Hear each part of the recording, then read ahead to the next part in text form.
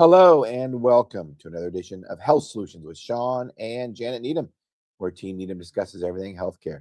I'm your host, Shawn Needham, along with my wonderful wife, Janet, and we are excited to have Lori Krajewski back on our podcast for the third time, actually.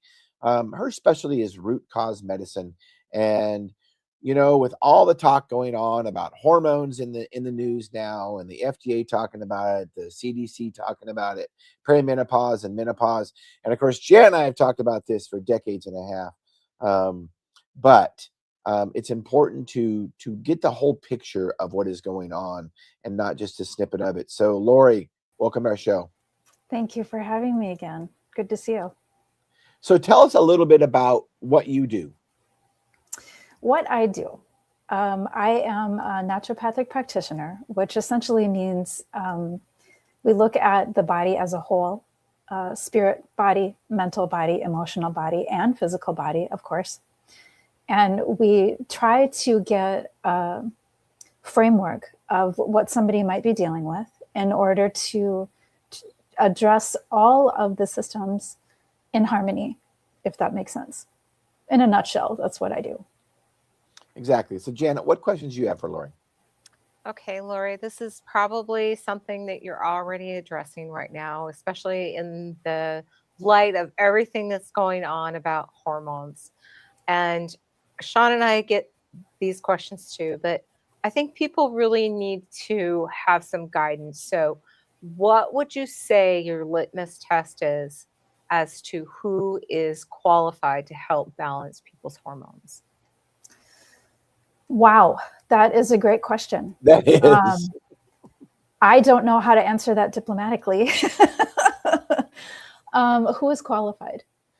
Somebody who studied it a lot, and not just strictly within the endocrine system. It is such a complex picture, and it's one of the reasons why I'm really grateful to be here today, because I think we isolate perimenopause, menopause, postmenopause as an isolated issue, and it's simply not. It's so much more complex because we are complex, right? The human body is a very brilliant but very complex machine that really does need to work synergistically together. So who's qualified? Somebody who zooms way out and takes a broad look at what's going on with all of these systems, especially the nervous system. We can't really start to dig into and resolve complex issues when the nervous system is absolutely fried. What's going on spiritually? What kind of trauma is running around in the background? What's the mental state? What's the emotional state? These all matter so much more than people think, because all of that disharmony does trickle down into the cells, and it does trickle down into the body, and it does, influence how we feel mentally, emotionally, and physically, right down to pain that people can have. Pain, just as one example, can simply mean a big, huge emotional issue that just hasn't been dealt with. Yeah, for sure. I mean, we talk about it all the time. We talk about the big three: sleep, diet, and exercise, in that order.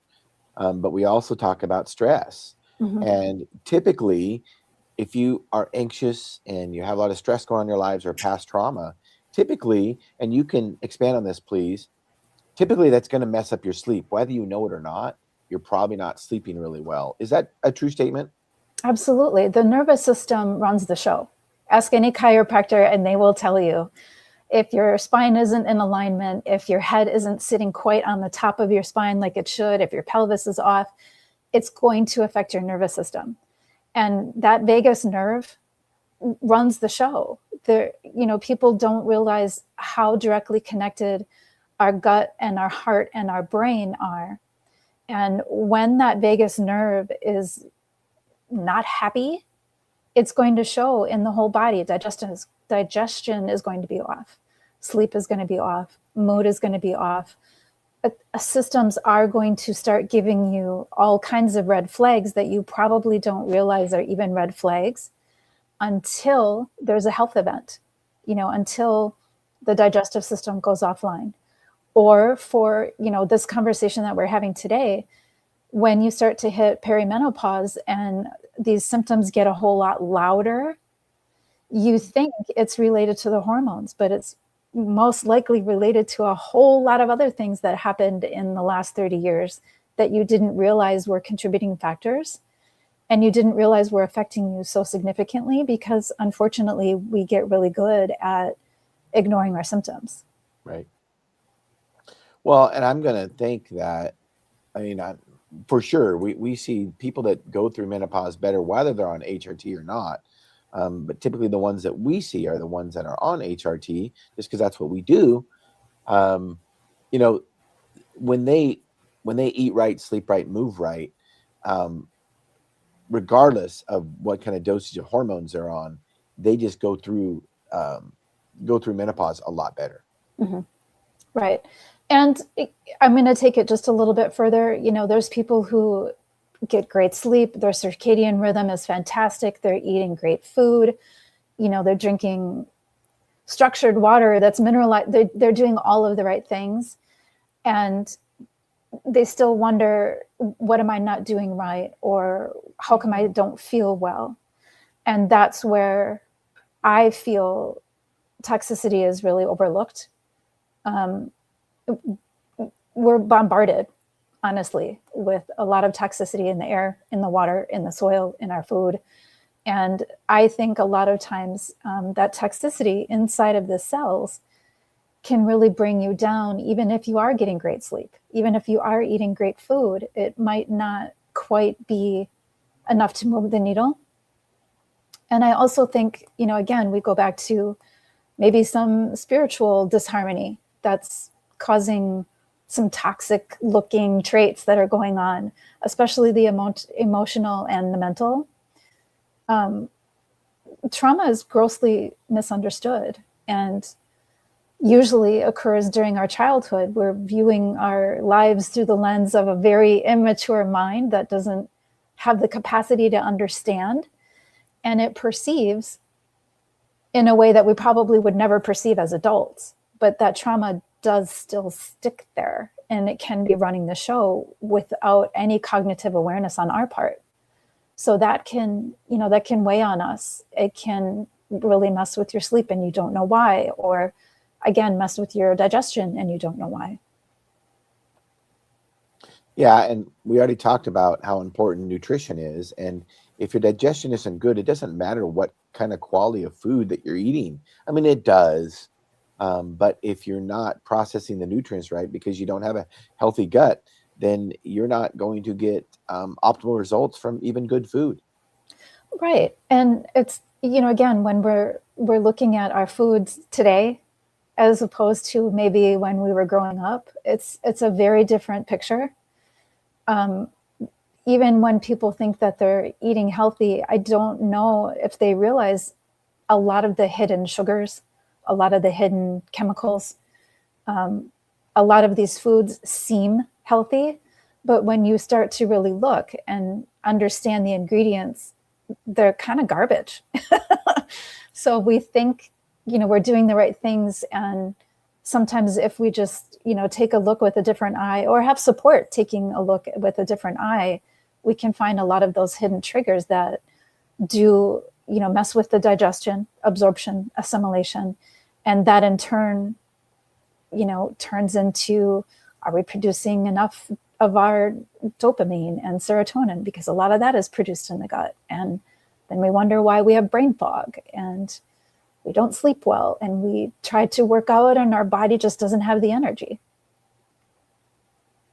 Yeah, right. So how do you go about, this is a really broad question. How do you go about finding these underlying root causes? Some of it is just a given. It's just a given that anybody who is coming to me for support doesn't feel well. So for those people, toxicity is going to be an issue. And that's a really, really, really big umbrella.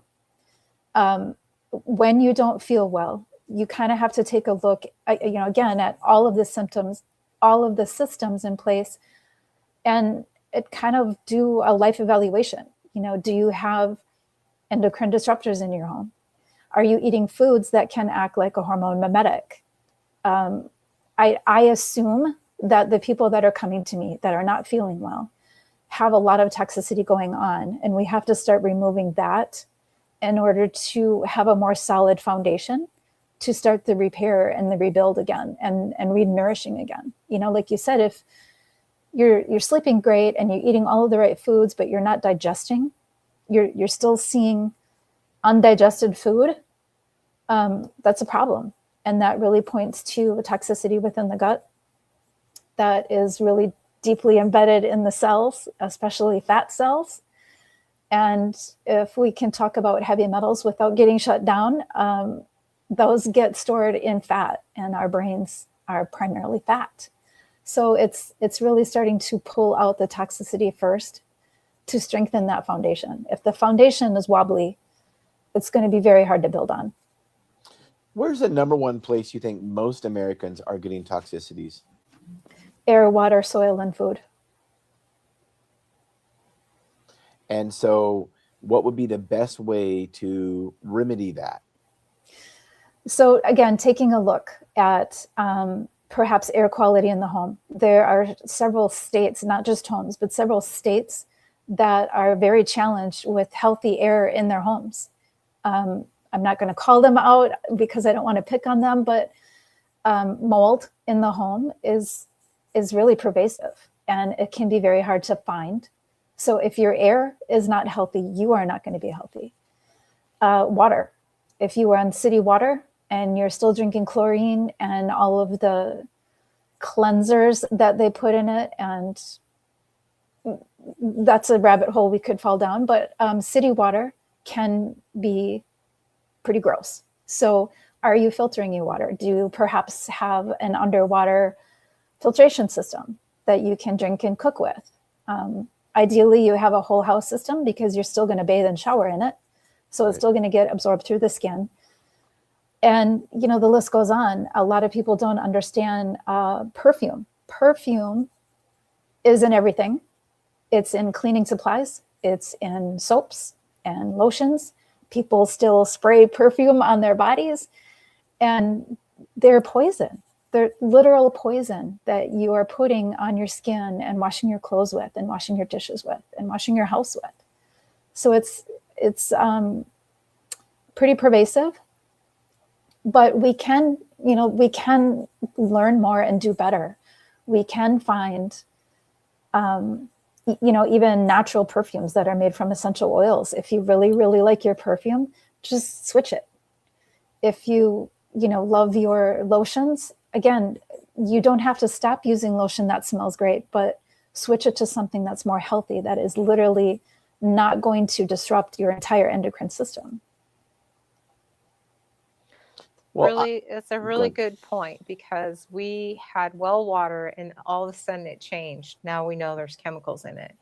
And so we had maybe some GI stuff, but skin stuff started changing. And to me, that's really important, because a lot of times we don't even notice that if our skin is changing, there's something internally happening. Absolutely. Yes. And it's usually the liver, because, let's face it, the liver gets bombarded with every toxin that we eat, drink, breathe, and absorb. So when we see something on the skin, the liver is screaming for help. And it can be a good indication that there's some kind of irritant going on, like you said, either in the body or on the body that it's coming in contact with, that it doesn't like. Histamine is probably really high, especially after 2020, 2021. It seems as though everybody's struggling with histamine and mast cell activation syndrome. These are big issues that a lot of people are struggling with more and more. And it really all boils down to what's going on inside of the body and inside of the cells. And it's a big red flag that your body needs support. Yeah, back on our topic of water, we still have well water, but they changed. And I'm saying this because it's important that people understand this. We had great water, deep well, cold water. And then the water company got bought out by another water company. And I'm sure it was a bigger company. And I'm sure to meet the regulations, it's just easier to put a bunch of chemicals in the water rather than whatever the other option is. I don't know. Mm-hmm. So they threw a bunch of chemicals in there. And by the way, it made our cat sick. Ooh. Yeah. I mean, she was really sick because she wasn't drinking. And we should have noticed. We should have noticed that before we noticed ourselves. And we thought it tasted funny, but we didn't know. And then we finally figured it out. Now, we did get a special water filter, and so we cook and drink, from I can't remember the name of the water filter, but people need to understand that their basic fridge water filter is not good enough to filter that stuff out. You've got to get a different water filter. Yeah. And like you said, even for people who are on well water, we are also, on well water, but we do live very near a golf course. And that's one of the biggest concerns, when people start talking about brain health.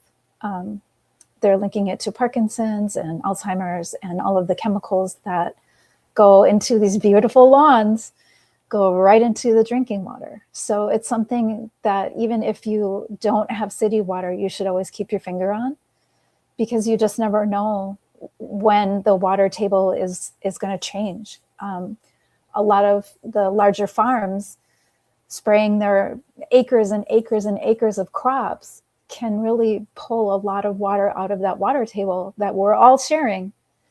And that's when you start to see a lot more contaminants when you're pulling from a very low water table. So getting back to the subject of discussing what hormones work for you, I think this is a very good topic for us, because I see so many people trying to do the same thing for everybody, like the same dosage, the same. So how do you break it out? Because I think there needs to be some way of looking at where do we start, where do we end up, and how you approach this. So I am not a prescriber. So I don't directly prescribe hormone replacement therapy. I try to get the body to produce its own again, because even when, we're perimenopause, postmenopause, we are still making some hormones. Even if we don't have ovaries anymore, we are still making some hormones. Is it enough? No.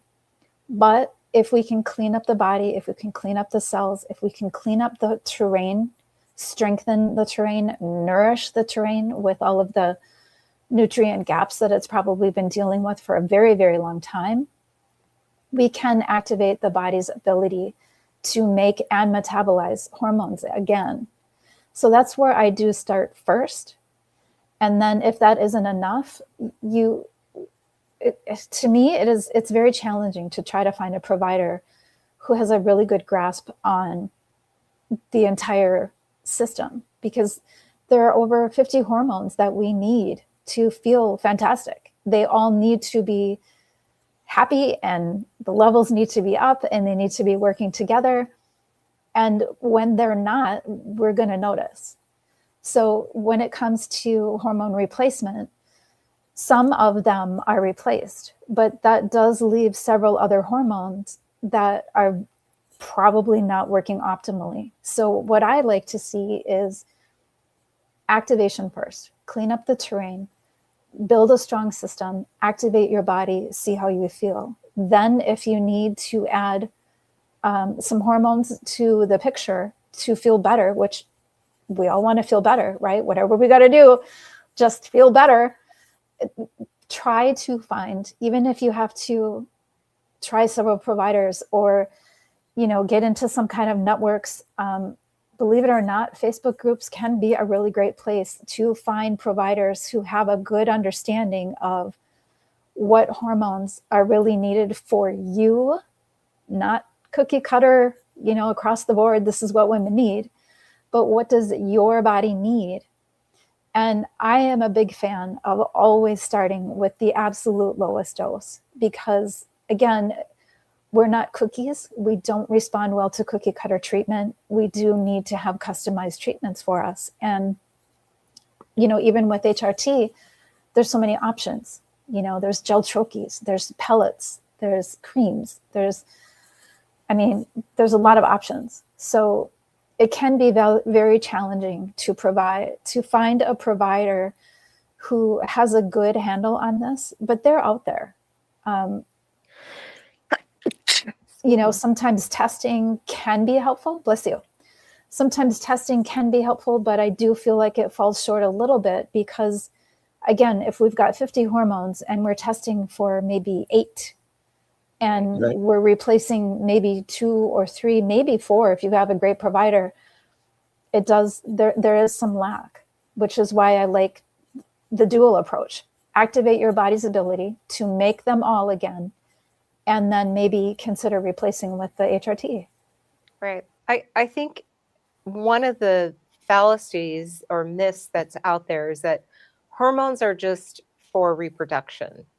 And I think that's something that, I don't know if it's just because we're talking about hormone replacement that's kind of the thing. But over time we've kind of labeled estrogen for women and testosterone for men, and we forget about all the other hormones in our body that are important to our overall health. And one of the things I think we slightly touched on is cortisol with the stress, but there's other hormones such as insulin and different things that really are ignored. And I think that's very important. That's a valid point that you brought up, that your body has to have kind of a symphony that's working with the right notes. The music has to play correctly in order for our body to work properly. And when something is off, it's like the message has ended. Like there's no way of moving forward. It's just stopping, or it's sluggish. And I think we've overlooked what we've done to our food, our water, our air. And to me, it's sad, because those are things that we should be able to clean up really quickly. Should. It's pretty complex though, isn't it? And I love your analogy. We can tune the piano, and the piano sounds amazing, but the rest of the orchestra is still struggling. It's still out of tune. And that's where I feel like the conversation needs to open up a lot bigger than it's been. I'm so glad that this conversation is getting more attention, especially in the last year or two. It's getting so much attention right now, and that's fantastic.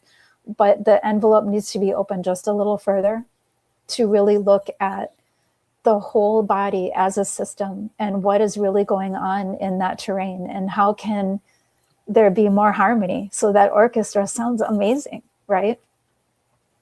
So, and you mentioned 50 hormones, but that's just what we know, Lori. There's so many that we don't know. There's a bunch of things floating on our body that we just don't know, and we never will know. You also mentioned, we want, and I know this. I just wanted to mention this. We want our hormones to be up, but that's not true of all hormones. Like Janet talked about cortisol and insulin. Cortisol should be high sometimes, not super high, but should be high at night. Insulin should be low most of the time. Maybe postprandial, it spikes for a little bit, but and that's one of the problems with Americans is we have chronic high cortisol and chronic high insulin. Insulin especially. I think insulin is the most important hormone that floats around in our body, because if you have insulin that's dysregulated, and especially if it's high, you're going to have all kinds of inflammatory problems in your body. I couldn't agree more. Sugar is so misunderstood, and people don't, like you said, people don't understand what a delicate balance insulin really is inside of the body. So yes, when it is high, it affects everything. It affects immunity. It affects brain function. It affects organ function, everything, literally everything. And, we could argue that high estrogen can be just as damaging. High progesterone can be just as damaging. Like you said, we don't want things too high. We don't want things too low. We really do want balance with all things in the body. I mean, it's a stretch that the whole body is ever going to be in perfect balance and in perfect harmony. Right. But I don't think there's anything wrong with trying. Right. That's right. And speaking of networks, one of the things that Janet and I do, we're licensed in multiple states across the nation, not all 50 states, but we find providers that specialize in hormones because we are in a network of pharmacists and nurse practitioners and doctors. So we specialize in referring people to somebody that specializes in hormones. Even if we're not even licensed in that state, we still can find a provider for them. So if anybody out there that's watching or listening, reach out to us. However, the best way is, message us on Facebook or any of the channels you're listening on. And, tell us where you're at. And if you're looking for a hormone provider, we can possibly help you. Now, remember, it is important, just like Lori said, to fix those other things first or while you're doing hormone replacement. You're never done. I mean, it's a constant dynamic process to try to optimize your health. One of the best investments really is in your health, and it isn't just money, it's time. Time to invest into, checking in with your body. Invest time into doing all of the right things. If you don't really understand what circadian rhythm means, invest a little bit of time in learning what that means. And maybe that's something that can help you exponentially, because it really can. There's so many things that we can do for free that don't cost actual money, but they do cost a little bit of time. And I think in a fast food nation and in a instant gratification kind of world, that's kind of where we fall, where we lack a little bit, is we don't give ourselves time. We don't put ourselves on our calendar to really support our health. And that can look so many different things in so many ways that we can support ourselves. Well, and not things that are just free, but just talk about the things that sustain us in life. We already talked about it: sleep, diet, and movement. Now, you don't have to move to stay alive, but you do have to sleep and you have to eat. Now, you will be healthier if you do move. But so to stay alive, you have to sleep and you have to eat. You might as well try to maximize those as much as possible and do it well. And that is going to kind of almost be free. And it's going to help to optimize your health. Yeah, but walking is free. Even if you are not a mobile person, something as simple as a vibration plate might be something that you're able to do to move the lymphatic system, at least. Prayer, meditation, laughter, joy, all of these things are free and they can be medicine. Sure. I think one of the biggest things that we've shorted ourselves is getting out in nature. Most of us are indoors, where our ancestors were not necessarily always indoors. And there's something about being out in the fresh air and the sunlight and feeling the ground below you that changes your outlook and your perspective in life. And I don't think we truly understand how important those things are to us. For years, I slathered on sunscreen and did all those things to avoid, and I don't do that. I take the time to prepare my skin to be outside for sure, but I am no longer blocking those rays because I think there's something about what we live in nature that we're supposed to be a part of. And that's free too, right? Mm-hmm. If you can stand outside, have your tea, your coffee, your water, whatever in the morning, and just enjoy a little bit of what the world we are existing in, that is going to affect so many things that we can't even measure. And that's free. Mm-hmm.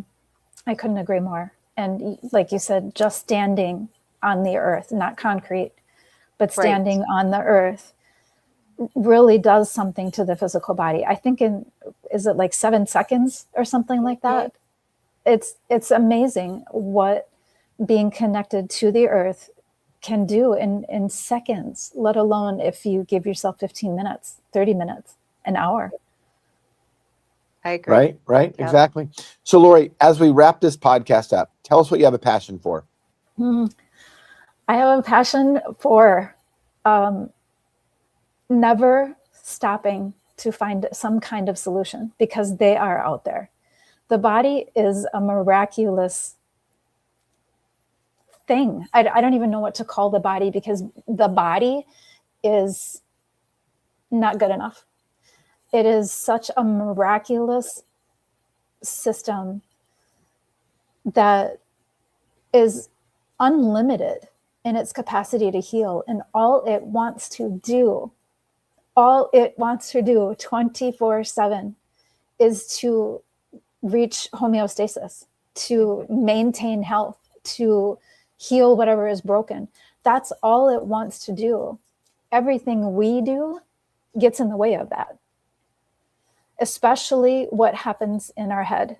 I am a huge proponent of really understanding the mind and how much thoughts matter. The words that we use matter. Our cells hear everything. So, especially for people who don't feel well, and I'm talking about myself too, because there were many, many, many, many years that I didn't feel well. And I can't even tell you how many times I said, I'm so sick and tired of feeling so sick and tired. And guess what happened? So when you start to understand the importance of words and understand the importance of what's going on in your head and how that does affect your body, things can really start to change. When you believe that you can heal and that you are healing and that you are healed, even if there's some symptoms that are going around in the background that you're still working on, if you believe that you are healed, you are. It's just kind of, now it becomes a matter of reversing those symptoms. But everything can be healed. And I know people are going to push back on that, because they do every time I say it, and that's okay. Because I didn't believe it for a long time either. It was a really big stretch for me to feel so awful in my body, and for people to tell me, you're already healed, you just got to work on some symptoms. It actually made me angry. So I understand the anger. But on the flip side of that, having come out of some pretty serious illnesses, Epstein-Barr is no joke, Lyme is no joke. And having come out of that now and seeing healing and what it took to get there, it isn't just focusing on the physical body. You absolutely have to adjust the spiritual, mental, and emotional bodies too. Just because we can't necessarily see them doesn't mean they're not there, and doesn't mean they don't matter. This is how I perceive holistic health, and everything matters. It all matters. So know that you are healed, even if you have some symptoms that you have to work on. Keep looking for the solutions. The tools are out there. You just haven't found them yet. Awesome. I love it, Lori. We're going to stream some links of yours here. Tell us if anybody has any questions. What's the best way to get a hold of you? Best way is to find me on Facebook, or if you click my campsite link, you can email me. Awesome. So, Lori, you've helped us realize our goal, which is to educate and empower individuals to take charge of their own health. And you've really helped us realize that goal. So thank you so much. Thank you for having me. And listeners and viewers, thank you for tuning into Health Solutions with Shawn and Janet Needham. Tune in Thursday to our midweek podcast, 8 a.m. to 9 a.m. Pacific Standard Time. Thank you.